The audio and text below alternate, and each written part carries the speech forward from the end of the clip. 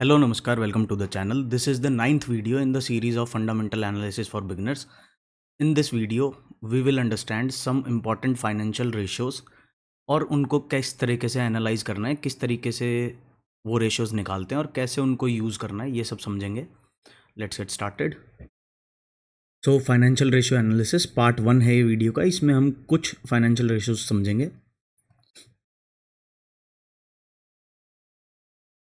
पिछले कुछ चैप्टर्स में हमने ये देखा कि फाइनेंशियल स्टेटमेंट्स को कैसे रीड करना है. अब हम फोकस करेंगे इस चीज़ पे कि इनको एनालाइज कैसे करना है. तो बेस्ट वे क्या है एनालाइज करने का फाइनेंशियल रेशियोज़ को, फाइनेंशियल स्टेटमेंट्स को एनालाइज करने का बेस्ट वे है to study financial ratios. Financial ratios popular की गई थी बाय Benjamin Graham, who is also known as the father of fundamental analysis. तो एक टिपिकल फाइनेंशियल रेशियो क्या करता है, वो डाटा को यूटिलाइज करता है from the financial statements to compute its value. और इससे पहले कि हम फाइनेंशियल रेशियोज़ को समझें, उससे पहले हमें ये समझना पड़ेगा कि इससे रिलेटेड कुछ एट्रीब्यूट्स हैं. On its own merit financial ratio of a company conveys very little information. मतलब आइसोलेशन में सिर्फ हम इसको देखेंगे तो बहुत ज़्यादा इन्फॉर्मेशन हमें नहीं मिलेगी. फॉर एग्जाम्पल, अल्ट्राटेक सीमेंट का प्रॉफिट मार्जिन है 15% का. तो अब ये इन्फॉर्मेशन कितनी ही यूज़फुल होगी कि 15% का जो प्रॉफिट मार्जिन है वो अच्छा है या बुरा है या फिर बेस्ट है, ये मुझे कैसे पता लगेगा. हाउएवर, अगर हम ये देखें कि एसीसी सीमेंट्स का जो प्रॉफिट मार्जिन है वो 12% का है, तो यहाँ पर अब एक कंपैरिजन ड्रॉ हो गया है between UltraTech cement and ACC. तो यहाँ पर हमें पता लग रहा है कि अल्ट्राटेक का 15% का प्रॉफिट मार्जिन है और एसीसी सीमेंट का 12% का प्रॉफिट मार्जिन है. तो obviously UltraTech cement is better of. अब हम ये देखेंगे कि एक बार ही रेशियो हमने कंप्यूट कर लिया है, फाइनेंशियल रेशियो हमने निकाल लिया है. उसको एनालाइज करने का तरीका ये है, या तो उसको हम कंपेयर करें उसके हिस्टोरिकल ट्रेंड से, या फिर किसी उसके कंपेटिटर से उसको हम कंपेयर कर लें. अब समझते हैं फाइनेंशियल रेशियोज़. लूज क्लासिफिकेशन है, कोई रिजिड सेगमेंटेशन नहीं करी जा सकती है फाइनेंशियल रेशियोज़ की. तो मेजरली 4 फाइनेंशियल रेशियोज़ हैं. प्रॉफिटेबिलिटी रेशियो है, लेवरेज रेशियो है, वैल्यूएशन रेशियो है और ऑपरेटिंग रेशियो है. एक एक करके इनको सबको समझेंगे. प्रॉफिटेबिलिटी रेशियो क्या बताता है? ये मेजर करता है कि कंपनी की प्रॉफिटेबिलिटी क्या है. ये कन्वे करता है कि कंपनी किस तरीके से प्रॉफिट जनरेट कर रही है और प्रॉफिटेबिलिटी कैसी है कंपनी की.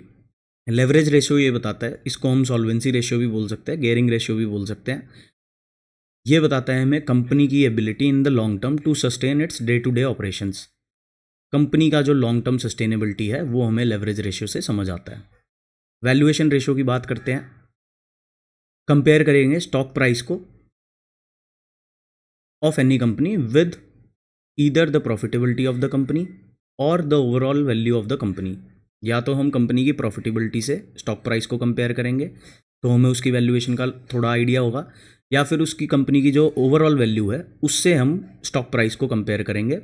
इससे हमें ये पता लगता है कि करंट शेयर प्राइस जो है वो हाई है, लो है, या फिर कैसा है. वैल्यूएशन रेशियो कंपेयर करता है cost of a security with perks of owning the stock. Operating ratio की बात करते हैं. Operating ratio is also called activity ratio. ये बताता है एफिशिएंसी कि जिससे बिजनेसेस कन्वर्ट कर सकते हैं अपने एसेट्स को, दोनों तरीके के assets, current and non current, into revenues.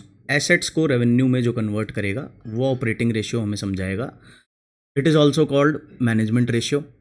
Strictly speaking ratios की अगर हम बात करें तो ये कन्वे करते हैं एक message usually related to the financial position of the company and they are somewhat loosely classified. बहुत रिजिड क्लासिफिकेशन नहीं की जा सकती है. कुछ प्रॉफिटेबिलिटी रेशियोज़ को समझेंगे. First in the segment is profitability ratios. तो प्रॉफिटेबिलिटी रेशियोज़ में एबिटा मार्जिन देखेंगे, पैट मार्जिन देखेंगे, और एबिटा ग्रोथ और सीएजीआर को भी समझेंगे. रिटर्न ऑन इक्विटी को समझेंगे, रिटर्न ऑन एसेट्स को समझेंगे, रिटर्न ऑन कैपिटल एम्प्लॉयड को समझेंगे. इन ये सारी टर्म्स आपसे फेमिलियर होंगी, बट इन तक पहुंचा कैसे जाता है, इनको डेराइव कैसे करा जाता है, वो हम इसमें सीख रहे हैं. तो एबिटा मार्जिन क्या होता है? Earnings before interest, tax, depreciation and amortisation. ये क्या इंडिकेट करता है? Efficiency of the management.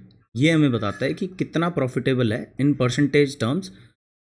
Company कितनी प्रॉफिटेबल है at the operating level, operations level पे कितना प्रॉफिट कंपनी बना रही है. परसेंटेज टर्म्स में इसको कैलकुलेट किया जाता है.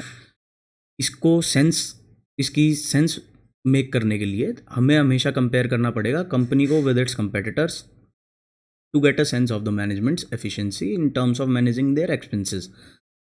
तो कैलकुलेट करना हो इबिट्टा मार्जिन तो पहले हमें इबिट्टा को कैलकुलेट करना पड़ेगा। EBITDA is operating revenues minus operating expenses. Operating revenues तक कैसे पहुंचेंगे? Total revenues minus other income and operating expenses are total expenses minus the finance cost and minus the depreciation and amortisation cost. तो EBITDA margin का formula क्या होगा? EBITDA upon total revenue minus other incomes. अब जो हम इसमें पूरी PDF में हमने एक एग्जांपल देखा है हमारा राजा बैटरीज लिमिटेड का, उसका हम इबिट्टा मार्जिन निकालेंगे फॉर द ईयर ऑफ 2014। तो इबिट्टा पहले हमने कैलकुलेट करना है, उसके लिए हम टोटल रेवेन्यू में से अदर इनकम निकालेंगे और उसमें से माइनस करेंगे total expenses minus the finance cost minus the depreciation and amortisation. Other income को हमें टोटल रेवेन्यू से एक्सक्लूड करना इसलिए ज़रूरी है क्योंकि अगर हम अदर इनकम को भी इसमें इंक्लूड कर लेंगे तो ये डेटा को थोड़ा सा डिस्टर्ब कर देगा। तो टू कीप इट सिंपल इसको हम एक्सक्लूड करेंगे इससे। तो टोटल रेवेन्यू ऑफ हमारा राजा बैटरीज लिमिटेड वॉज 3482, उसमें से हमने माइनस किया other income which was 46 crore rupees. इस नंबर में से हम माइनस करेंगे टोटल एक्सपेंसेस 2942.70 लैक्स का लोन था, फाइनेंस कॉस्ट थी जो हमारा राजा बैटरीज लिमिटेड के पिछली कुछ वीडियोस में हमने जहां बैलेंस शीट और P&L स्टेटमेंट्स कवर करी हैं वहाँ पे सारे फिगर्स आपको देखने को मिल जाएंगे। डेप्रिसिएशन एंड अमोर्टाइजेशन 65 करोड़ की थी, वो माइनस करेंगे तो 3436 minus 2876 comes to 560 crore rupees. This is the EBITDA for the हमारा Raja batteries limited for the year of 2014। अब EBITDA मार्जिन हमें निकालना है तो 560 अपॉन में टोटल रेवेन्यू, EBITDA अपॉन में total revenue which comes to 16.3%। अब इस स्टेज पे आके हमारे पास दो क्वेश्चंस है कि एक तो EBITDA जो 560 करोड़ का था एंड EBITDA मार्जिन जो 16.3% का है, ये क्या इंडिकेट करता है? और 16.3% का EBITDA margin is it good और बैड? तो फर्स्ट क्वेश्चन है जो उसका आंसर सिंपल है, 560 करोड़ रुपए कंपनी ने रिटेन किए हैं from its operating revenue. Total जो था दैट वाज 3436, उसमें से कंपनी ने 2876 एक्सपेंसेस में खर्च कर दिया है, मतलब 83.7% जो टोटल रेवेन्यू था वो एक्सपेंसेस में जा चुका है और जो लेफ़्ट ओवर है दैट इज़ 16.3%। ये रेवेन्यू बचा लिया है उन्होंने at operating level. Second question का अभी हमारे पास आंसर नहीं है तो इसको हम फर्दर समझेंगे। अब यहाँ पर हम ये देखते हैं EBITDA मार्जिन का, इसकी सेंस क्रिएट करने के लिए हम ये देखेंगे कि पिछले 4 सालों में किस तरीके का रहा है और क्या अब कंक्लूजन निकल के आ रहा है कि ये अच्छा है, इम्प्रूव हुआ है या फिर बुरा है या क्या है, उसको समझते हैं। अब 2011 से लेके 2014 तक का हमारे पास ऑपरेटिंग एक्सपेंसेस हैं सारे, हमारा राजा बैटरीज लिमिटेड के EBITDA है और EBITDA मार्जिन है। अब यहाँ पर हम देख रहे हैं EBITDA जो 2011 में 257 करोड़ का था, 2014 में वो 560 करोड़ का है। EBITDA margin which was 14.6% that is now 16.3%। तो ARBL ने EBITDA को एक अच्छे एवरेज पे मेंटेन किया है विच इज़ 15%। अब EBITDA मार्जिन हमने देखा कि इंक्रीज़ हो रहा है, it is a good sign. इसका मतलब ये है कि कंसिस्टेंसी और एफिशिएंसी मैनेजमेंट की अच्छी है और इनकी ऑपरेशनल कैपेबिलिटीज़ भी काफ़ी अच्छी हैं। 2011 में जो अभी हमने डिस्कस किया EBITDA जो 257 करोड़ का था वो 2014 में 560 करोड़ का है। तो EBITDA CAGR ग्रोथ 4 सालों की 21% की है। CAGR का जो फॉर्मूला है वो हमने मॉड्यूल 1 में देख लिया था, तो वो आप वहाँ से जाके देखो। अगर आपने प्रीवियस वीडियोज़ नहीं देखी हैं तो जाके देखनी पड़ेंगी। वैसे मैं आपको बता देता हूँ, फाइनल वैल्यू और जो इन्वेस्टेड वैल्यू होती है, final value upon invested value into 1/n, ये फॉर्मूला होता है CAGR का। अब क्लियरली हमें ये पता लग गया है, EBITDA मार्जिन आ गया हमारे पास, EBITDA ग्रोथ रेट आ गया। अब इन नंबर्स को कंपेयर करना है अच्छी सेंस बनाने के लिए इसके कंपेटिटर से। तो एक्साइड बैटरीज लिमिटेड का 2014 का आप रिजल्ट्स कंपेयर कर सकते हो, उससे आपको एक सेंस पता लगेगी कि हमारा राजा बैटरीज ने अच्छा परफॉर्म किया ड्यूरिंग दोज ईयर्स, या फिर एक्साइड बैटरीज ने किया। नेक्स्ट हम बात करते हैं प्रॉफिट आफ्टर टैक्स मार्जिन की। एबिटा मार्जिन कैलकुलेट किया जाता है ऑपरेटिंग लेवल पे, पैट मार्जिन कैलकुलेट किया जाता है फाइनल प्रॉफिटेबिलिटी लेवल पे। जब हम पैट मार्जिन कैलकुलेट करते हैं तो जितने भी एक्सपेंसेस हैं वो सारे डिडक्ट किए जाएंगे टोटल रेवेन्यू में से, to identify the overall profitability of the company. तो पैट मार्जिन का जो फॉर्मूला रहेगा वो रहेगा PAT upon total revenues. PAT जो है आपका वो एक्सप्लिसिटली प्रोवाइड किया जाता है एनुअल स्टेटमेंट के अंदर। हमारा राजा बैटरीज लिमिटेड का 2014 का जो प्रॉफिट आफ्टर टैक्स था दैट वाज 367 करोड़। ओवरऑल जो रेवेन्यू था that was 3482 crore. It is including other income. तो ये ट्रांसलेट करता है PAT margin of 367 upon 3482 which comes to 10.5%। अब पैट मार्जिन ये हेल्दी है या पुअर है, इसको कैसे हम डिराइव करेंगे, इसके आंसर तक कैसे निकलेंगे, उसके लिए सेम प्रोसेस हमें रिपीट करनी पड़ेगी कि पैट मार्जिन का जो ट्रेंड है हमें वो डिस्कस करना पड़ेगा। अब यहाँ पर हमने प्रॉफिट आफ्टर टैक्स 2011 का देखा विच इज़ 148 करोड़। 2014 में हम देख रहे हैं तो 367 करोड़ रुपीज़ है। पैट मार्जिन की बात करें तो 8.4% था और 2014 में 10.5% है। तो यहाँ पर हमने ट्रेंड देखा कि ये काफ़ी इंप्रेसिव है। हमने क्लियरली देखा कि मार्जिन एक्सपेंशन हो रहा है। 4 ईयर CAGR ग्रोथ जो है प्रॉफिट आफ्टर टैक्स मार्जिन की that is around 25.48%, which is again good. अब इसको सेंस क्रिएट करने के लिए तो आपको कंपेयर करना पड़ेगा इसको इसके कंपेटिटर्स के साथ। किसी भी सेक्टर की दो स्टॉक्स को उठा के आप ये सब चीज़ें कंपेयर कर सकते हो और आपको एक कंपैरिजन पता लगेगा कि एक सेक्टर के अंदर दो डिफरेंट स्टॉक्स हैं, उनकी क्या पोजीशनिंग है। नेक्स्ट रेशियो जो डिस्कस करेंगे that is return on equity. Return on equity is one of the most important ratios. ये किसी भी इन्वेस्टर को हेल्प करता है एसेस करने में कि शेयर होल्डर्स जो पैसा अर्न कर रहे हैं ऑन एवरी कैपिटल इन्वेस्टेड, वो पता लगेगा इससे। एंटिटी की एबिलिटी पता लगेगी प्रॉफिट जनरेट करने की। ROE हमें ये शो करता है कि कंपनी की एफिशिएंसी कैसी है in terms of generating profit. Higher the ROE the better it is for the share holders. It is one of the key ratios which helps any investor to identify investable attributes of a company. To give a perspective, जो top Indian companies हैं उनका जो ROE रहता है 14 to 16% के आसपास रहता है। ये PDF में इन्होंने ये बोला है कि ये लोग इन्वेस्ट करते हैं कि 18% एंड अपवर्ड्स हो, बट 14 to 16% का on an average top Indian companies का रहता है। तो higher the ROE the better it is. तो इस रेशियो को कंपेयर करा जाता है दूसरी कंपनीज के साथ सेम इंडस्ट्री के अंदर। And it is also observed over time कि ईयर ऑन ईयर बेसिस पे किस तरीके से ROE इंक्रीज हो रहा है। हायर ROE मतलब हाई ROE का मतलब ये है कि need of external funds is less, thus higher ROE indicates higher level of management performance. ROE को कैलकुलेट किया जा सकता है net profit upon share holders equity into में 100। तो ROE इंपॉर्टेंट है, इस पर कोई डाउट नहीं है। एक हाइपोथेटिकल एग्जांपल लेते हैं, ये कभी कभी मिसलीडिंग भी हो सकता है। ROE हमेशा हायर होना is not a good deal. उसको समझते हैं कैसे। विशाल भाई हैं, एक पिज़्ज़ा स्टोर रन करते हैं। पिज़्ज़ा बेक करने के लिए इन्हें एक अवन चाहिए जिसकी कॉस्ट है 10,000 रुपये। तो इनका बिजनेस हो गया, इन्होंने प्रोक्योर करा अपने खुद के पैसों से 10,000 का ये अवन खरीदा है और कोई एक्सटर्नल डेट नहीं है। तो अब बैलेंस शीट में जाएंगे तो शेयर होल्डर इक्विटी में दिखेगा 10,000 का अमाउंट और एसेट्स के अंदर दिखेगा 10,000 का अवन। अब अज्यूम करते हैं कि फर्स्ट ईयर ऑफ ऑपरेशंस के बाद 2,500 रुपये का प्रॉफिट विशाल भाई ने अपनी पिज़्ज़ा स्टोर से निकाला है। तो ROE क्या निकल के आएगी? ROE इज़ 2,500 अपॉन 10,000 इंटू में 100 विच कम्स टू 25%। काफ़ी अच्छा लग रहा है रिटर्न ऑन इक्विटी 25% की। अब थोड़ा सा चेंज करेंगे, एक ट्विस्ट लाएंगे। विशाल भाई के पास सिर्फ 8,000 रुपये हैं, 2,000 रुपये इन्होंने बोरो किए अपने फादर से। अब 10,000 का इन्होंने एक अवन परचेज़ किया। अब बैलेंस शीट किस तरीके की दिखेगी? लाइबिलिटी साइड पे जाएंगे तो शेयर होल्डर इक्विटी में दिखेंगे 2,000 रुपये, वो 8,000 रुपये, और डेट के अंदर दिखेंगे 2,000 रुपये। तो टोटल लाइबिलिटी विशाल भाई की हो गई 10,000 की। और एसेट साइड पे जाएंगे तो 10,000 का अवन है इनके पास। अब देखते हैं कि क्या डिफरेंस क्रिएट हुआ। 2,500 अपॉन 8,000 इंटू में 100, ROE इंक्रीज़ हो गया 31.25%।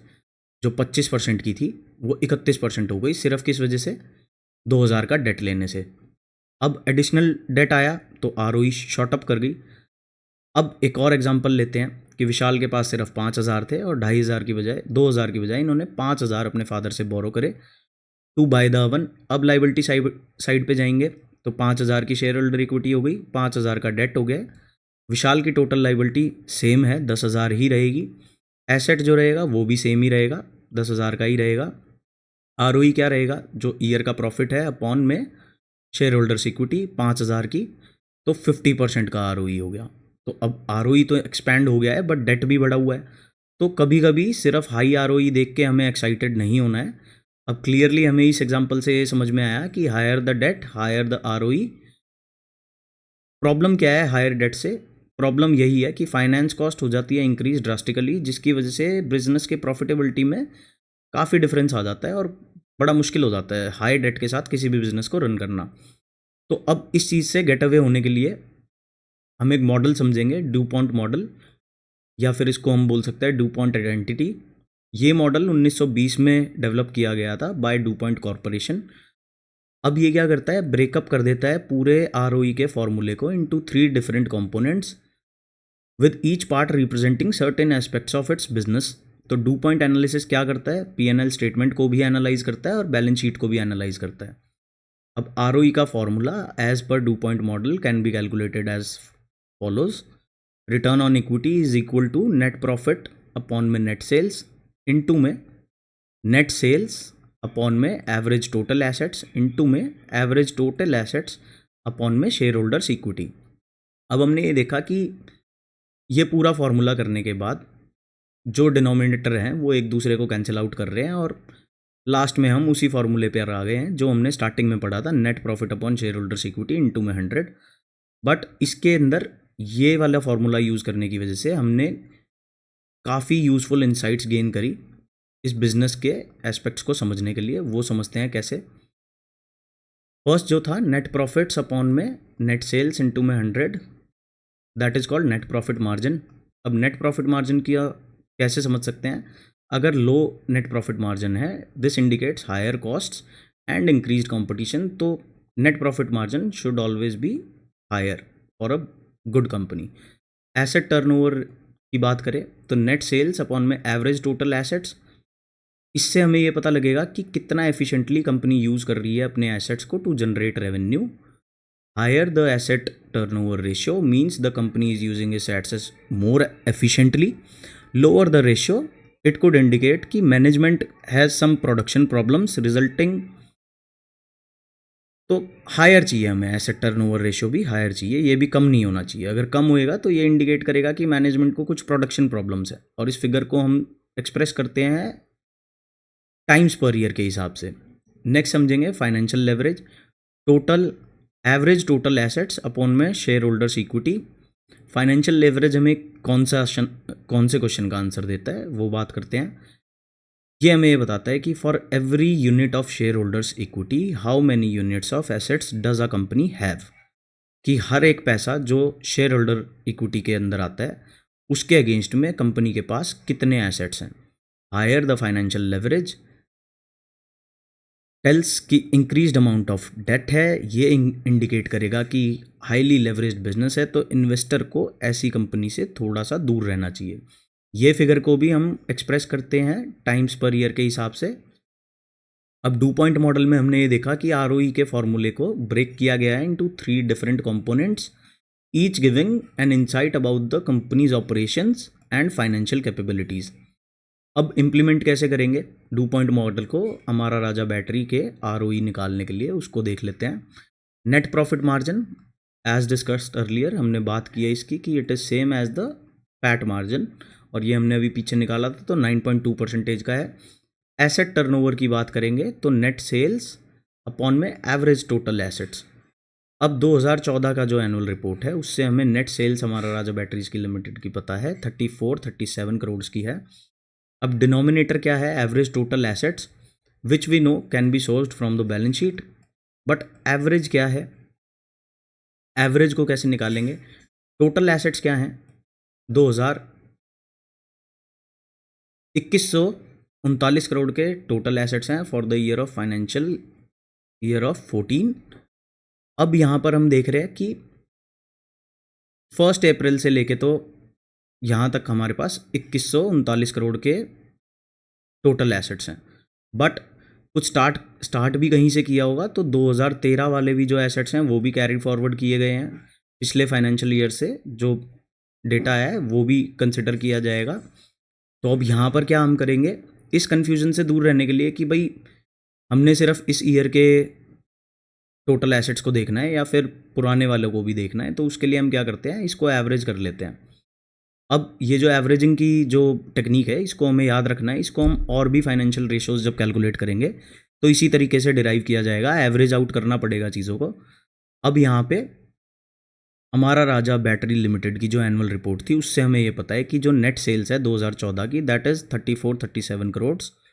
Total assets for the year 2013 was 1770 crores and total assets for the year of 2014 was 2139 crores। तो हम इसका एवरेज निकाल लेंगे, दोनों सालों के टोटल एसेट्स को ऐड करेंगे और 2 से डिवाइड करेंगे। जो रिजल्टिंग नंबर आता है दैट इज़ 1955। तो एसेट टर्नओवर रेशियो क्या आ जाएगा, नेट सेल्स अपॉन में average total assets, which comes to 1.75 times. अब इसका मतलब क्या हुआ कि हर 1 रुपये का जो एसेट डिप्लॉय किया गया है कंपनी के अंदर, वो 1 रुपये 75 पैसे जनरेट कर रहा है इन रेवेन्यूज़। अब हम कैलकुलेट करेंगे last component of the financial leverage. Financial leverage कैसे समझेंगे, एवरेज टोटल एसेट्स अपॉन में एवरेज शेयर होल्डर्स इक्विटी। अब जैसे हमने टोटल एसेट्स को 2013 और 14 के ऐड करके उसको एवरेज आउट किया और एक रिजल्टिंग नंबर निकाला, इसी तरीके से एवरेज शेयर होल्डर इक्विटी को निकालेंगे। Share holder equity for the year of 2013 was 1059 crore and average equity for the year of 2014 was 1362 crore. Average share holder equity आ गई 1211 करोड़ रुपए की। फाइनेंशियल लेवरेज को निकालेंगे हम, तो total average total assets which was 1955, ये जो हमने यहाँ पर निकाला, इसको हम लेके आएंगे फाइनेंशियल लेवरेज के लिए 1955 अपॉन में average share holder equity which is 1211 crore which comes to 1.61 times. अब कंसिडरिंग ARBL के पास बहुत कम डेट था, तो financial leverage of 1.61 is indeed a encouraging number. It represents कि for every 1 rupee of equity ARBL supports 1.61 rupee of assets. अब सारे इनपुट्स आ गए हमारे पास ROE निकालने के लिए। अब हम ROE निकालेंगे ARBL का। ROE is equal to net profit margin into में एसेट टर्नओवर इनटू में फाइनेंशियल लेवरेज। तो net profit margin was 9.2%, asset turnover was 1.75 times and financial leverage was 1.61 times. तो 25.9% का ROE आता है निकल के ARBL का फॉर द ईयर ऑफ 2014। अब डू पॉइंट मॉडल हमें सिर्फ ये नहीं बताता कि रिटर्न क्या है, रिटर्न के साथ साथ वो क्वालिटी ऑफ रिटर्न भी बताता है, क्योंकि हमें इतनी सारी चीज़ें पता लगती है कंपनी के बारे में। अगर आपको एक क्विक ROE कैलकुलेशन करनी है तो उसके लिए सिंपल फार्मूला ये है, ROE is equal to net profits upon में average share holders equity. Annual report में हमें पता है कि 2013-14 का जो प्रॉफिट आफ्टर टैक्स था that was 367 crore rupees divided by average share holder equity जो हमने अभी पीछे कैलकुलेट की 1211 करोड़ की। तो ROE निकल के आता है 30.31%। अब समझेंगे नेक्स्ट फाइनेंशियल रेशियो को, रिटर्न ऑन एसेट को। रिटर्न ऑन एसेट क्या इवैल्यूएट करता है, ये हमें ये बताता है कि किसी भी एंटिटी की ability to use the assets to create profits. Higher the ROA the better it is. ROA को निकालने के लिए हम क्या करेंगे, net income plus interest into में 1 upon the tax rate divided by total average assets. अब एनुअल रिपोर्ट से हमें ये पता है कि नेट इनकम 2014 की जो थी that was 367.4 crore rupees. Do point model में हमें ये पता लगा है कि टोटल एवरेज एसेट्स कितने हैं, दैट इज़ 1955 करोड़। और इंटरेस्ट जो है, इंटरेस्ट इंटू 1 माइनस में टैक्स रेट, ये क्या मीन करता है, ये बताता है कि जो कंपनी ने लोन लिया हुआ है उस फाइनेंस कॉस्ट को कंपनी किस हिसाब से यूज़ कर रही है। तो जो लोन देने वाले लोग हैं, जिन्होंने, जिस बैंक ने या फिर जिस भी एंटिटी ने लोन दिया है, they are also the part of the company. अब इस पर्सपेक्टिव से हम देखें तो जो कंपनी ने जो इंटरेस्ट पे किया that also belongs to the share holders of the company. Also the company benefits in terms of paying lesser taxes which when the interest is paid out. तो ये एक टैक्स शील्ड की तरह काम करता है. Interest amount, finance cost अगर हमें निकालनी है 7 करोड़ रुपए का जो था, उसके लिए हमें टैक्स शील्ड को अकाउंट करना पड़ेगा. 7 करोड़ इंटू में 1 minus 32%, 32% is the average tax rate, तो 4.7 करोड़ रुपीज़ निकल के आता है. तो ROA का क्या रहेगा नंबर? ROA would be the total profit plus the interest amount, the finance cost upon में average share holder equity which comes to 19.03%. ROA का फॉर्मूला दोबारा एक बारी देख लेते हैं. Net income plus interest into में 1 upon minus tax rate and total average assets. Return on capital employed को समझते हैं. प्रॉफिटेबिलिटी ऑफ द कंपनी को बताता है ये कि कंपनी का ओवरऑल कैपिटल जो एम्प्लॉय हुआ है उस हिसाब से कंपनी कितना प्रॉफिट बना रही है. ओवरऑल कैपिटल इंक्लूड करती है दोनों चीज़ों को, इक्विटी को भी और डेट को भी, बेशक लॉन्ग टर्म हो या शॉर्ट टर्म हो. ROCE का जो फॉर्मूला रहेगा that will be profit before interest and taxes upon overall capital employed. Overall capital employed मतलब short term debt plus long term debt plus equity. तो ARBL की जो एनुअल रिपोर्ट है उससे हमें पता लगता है profit before interest and taxes is around 537.7 crore. Overall capital employed में आ गया short term debt of 8.3 crore, long term borrowing of 75.9 crore and share holder equity of 1362 crore. तो overall capital employed comes to 1446.2 crores. ROCE would be profit before interest and taxes upon overall capital employed which comes to 37.18%. तो 37.18% की ROCE is very good for any company. अब की take Awez क्या है इस chapter से वो समझ लेते हैं. फाइनेंशियल रेशियो यूजफुल है, financial metric of a company on its own merit. Ratios convey very little information. हमें एक कंपैरेटिव एनालिसिस ड्रॉ करना पड़ता है या तो सेम कंपनी का ईयर ऑन ईयर बेसिस पे या फिर दूसरी कंपनी से जो कि सेम सेक्टर में या सेम इंडस्ट्री में लाई करती है, उससे जब हम कंपेयर करेंगे तो हमें एक सेंस पता लगेगी कि which company is better and which ratio is good for any company. It is best to study the ratios recent trend and compare it with the company's peers. Financial ratios can be categorized into profitability ratio, leverage ratio, valuation ratio and operating ratios. ये सारी categories analyst को एक certain view देते हैं company के business के बारे में. EBITDA is the amount of money company makes after subtracting the operational expenses of a company from its operating revenue. Operating revenue में से ऑपरेटिंग एक्सपेंसेस को निकालोगे तो EBITDA आएगा. EBITDA मार्जिन इंडिकेट करता है percentage profitability of a company at operations level. Profit after tax margin gives the overall profitability of the company. Return on equity is very valuable ratio. It indicates how much return the shareholders are making over their initial investment in the company. A high ROE and a high debt is not a great sign. कभी भी किसी company का ROE अगर high हो और उसमें date भी high हो, that is not a good sign. Dew point model helps us decomposing the ROE into different parts, each part throwing a light on different aspects of the businesses. Dew point method जो है best way है ROE को निकालने का किसी भी firm के. Return on assets is the indicator how efficiently company is utilizing its assets. Return on capital employed indicates कि ओवरऑल रिटर्न कंपनी कितना जनरेट कर रही है considering both equity and debt. For ratios to be useful, it should be analyzed in comparison with other companies in the same industry. Also, ratios should be analyzed both at single point in time and as an indicator of broader trends over time. जैसे हमने देखा कि पिछले 4 सालों में किस तरीके से प्रॉफिटेबिलिटी मार्जिन और EBITDA मार्जिन ग्रो हुए थे. तो ओवर टाइम भी देखना है और उसके पीयर से, उसके कंपेटिटर से भी उसको कंपेयर करना है, तब हम अच्छे से यूज़ कर पाएंगे इन फाइनेंशियल रेशियोज़ का. मिलते हैं नेक्स्ट वीडियो में. बाय बाय, जय श्री राम.